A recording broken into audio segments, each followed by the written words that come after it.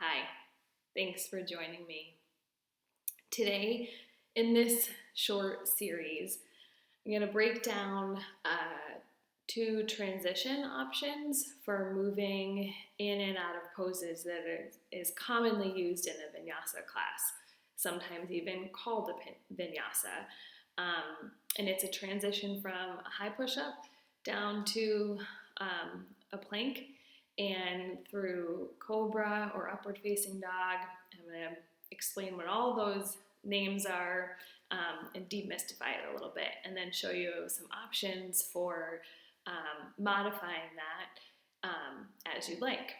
And we may do some standing poses in this as well. So what I'm going to show you to start, and we're going to begin in tabletop. And we're going to start with a modification of flow, okay? So if I'm in table, I can shift my hips forward and then slowly lower myself down. And then I can practice cobra, which is a heart opener and a back bend. So I'm going to press into the mat a little bit. My hands are right beneath my shoulders and lift up my heart to the point that feels comfortable. And then I'm going to lower my heart down. I'm going to press back up through tabletop. And then from there, I can tuck my toes and press back to downward facing dog. Okay? So we'll go through that again. If you're in downward facing dog, we'll take it from this angle. You want to shift forward to high plank. If you know that pose doesn't feel good for you, you're going to go right down to your knees. And then from here, slowly lower yourself down, all the way to the mat, and the legs stretch out. Inhale, come up for cobra, lower your heart down, press back through table, tuck the toes, and press back to downward dog. Okay, so from here, we'll take it through a more advanced option. So from downward dog, you slowly shift forward into plank pose. Shoulders are over your wrists. And then you're going to lower yourself down. And then you can come into cobra or maybe into upward facing dog. Your knees are lifted off the mat. You're pressing into the tops of your feet and your hands. And then slowly make that transition all the way back to downward facing dog. So we have those two options. You can always go to your knees. You don't have to be in that high plank, low plank position. So those transitions will get you in and out of many of the standing poses. So the standing poses, I'm going to detail and break them down a bit. And I'm going to start with the high lunge, okay? So from downward facing dog, getting into that. In a vinyasa class, you'll often be cued to inhale as you lift your right leg, and then exhale as you step it through. Where is through? Through is in between your hands.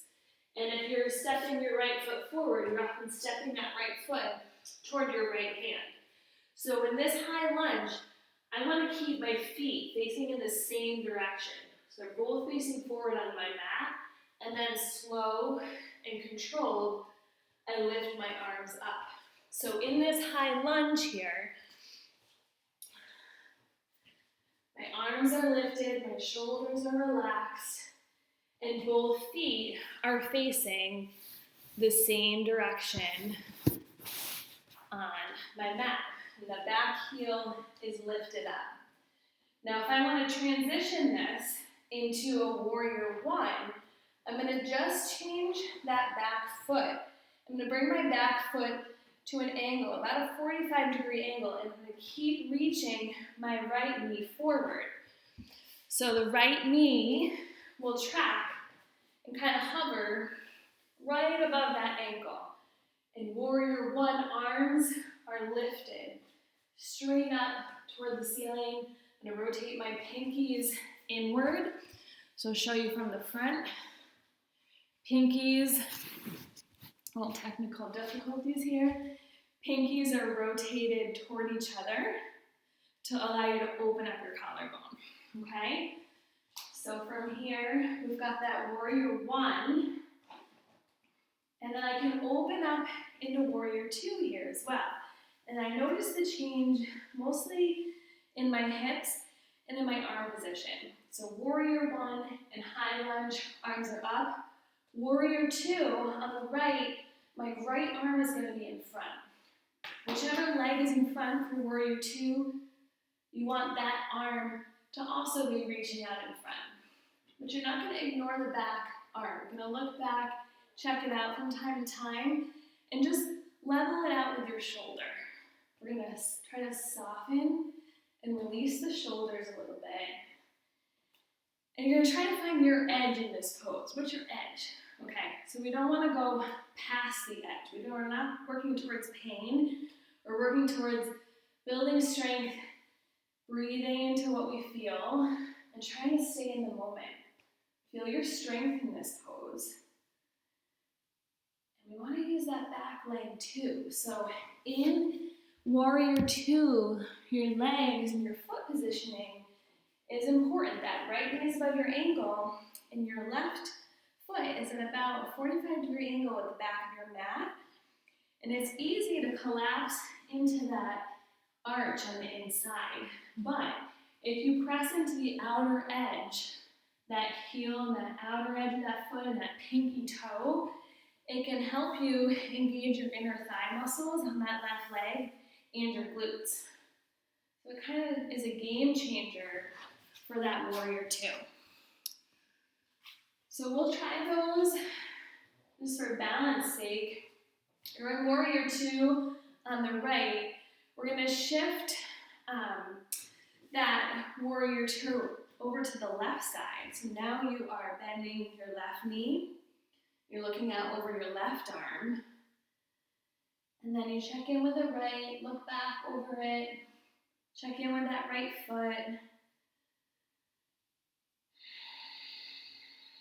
And if you did the last series, the beginner series 1, we focus on the breath at the beginning and the importance of paying attention to your breath throughout your practice. So from here, we'll transition into warrior one. So both arms are lifted up. I'm going to change the angle just a little bit here. And we're in warrior one, shoulders relaxed, left knee reaching forward. And then for that high lunge, I'm going to rotate on my ball of my right foot. So now the ball of that foot is lifted, and you'll see both feet are facing, in this case, the back of my mat, but they're facing the same direction. And then you're going to take your hands down, put your hands on either side of your left foot, step your left leg back. You can lower it down as you shift forward to that high plank. Take it down, inhale through to cobra or upward facing, and then exhale as you transition back to downward facing dog. So that was high lunge as well as warrior one and warrior two. Another fun one, once you're in warrior two, I will show you in a moment, is the reverse warrior. And I will also break down chair pose and chair twists before we wrap this one up. So back in warrior two, so let's take your right foot forward, left leg back. You find yourself in that warrior two position. It's strong, strength building pose. And then you're going to flip your right palm up toward the ceiling, because normally in this pose, your palms are facing down toward the ground. You're going to flip just your right palm up, reach it up toward the ceiling, and let your left hand come back alongside your left leg. You're not pressing down firmly, you're just using it for a little bit of balance. And here it's key, keep that knee above your ankle, so you're really building strength here. And you're helping to stretch the side body along ribs. And then come back through warrior two. Straighten that leg. We'll take it on the other side. Left foot forward. You're in warrior two on the left now. Looking over the left arm. Then flip your left palm up toward the ceiling. Let the right hand reach back along the right leg. And that left knee, check in with it. It's right above your ankle. And then you come all the way back through. Straighten that leg. And then heel toe your feet together. So we'll set ourselves up for what looks like a lightning bolt. So when you're in your chair pose, you try to be really hospitable and sink down deep here. So you create the chair. You are the chair here. So run our feet together and knees together. And then you're going to reach your arms up. Relax the shoulders, soften there. Find a slight tilt here so you're engaged through your core. And then you can take a prayer twist. Often called the prayer twist because you bring your hands to heart center. So in this case, we'll bring the hands to heart center. Take your right elbow on the outside of your left knee and look over your left shoulder. It's key here to keep the knees aligned. So sometimes when we're on this side, the right knee wants to creep in front of the left. Try to avoid that happening. We're going to work our hands a little closer to center chest. And then you're going to come back through center and take it on the other side. Now your left elbow comes to the outside of the right knee. And you twist and look over the right shoulder.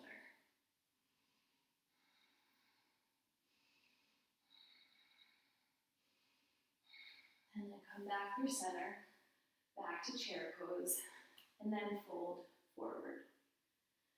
Take it to a halfway lift.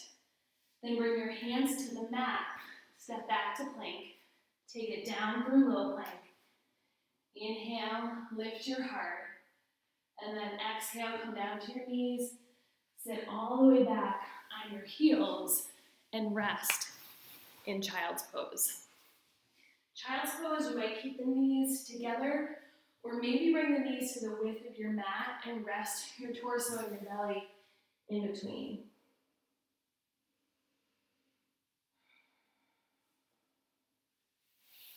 Take a couple deep breaths there, and that wraps up Series 2. Thanks for joining.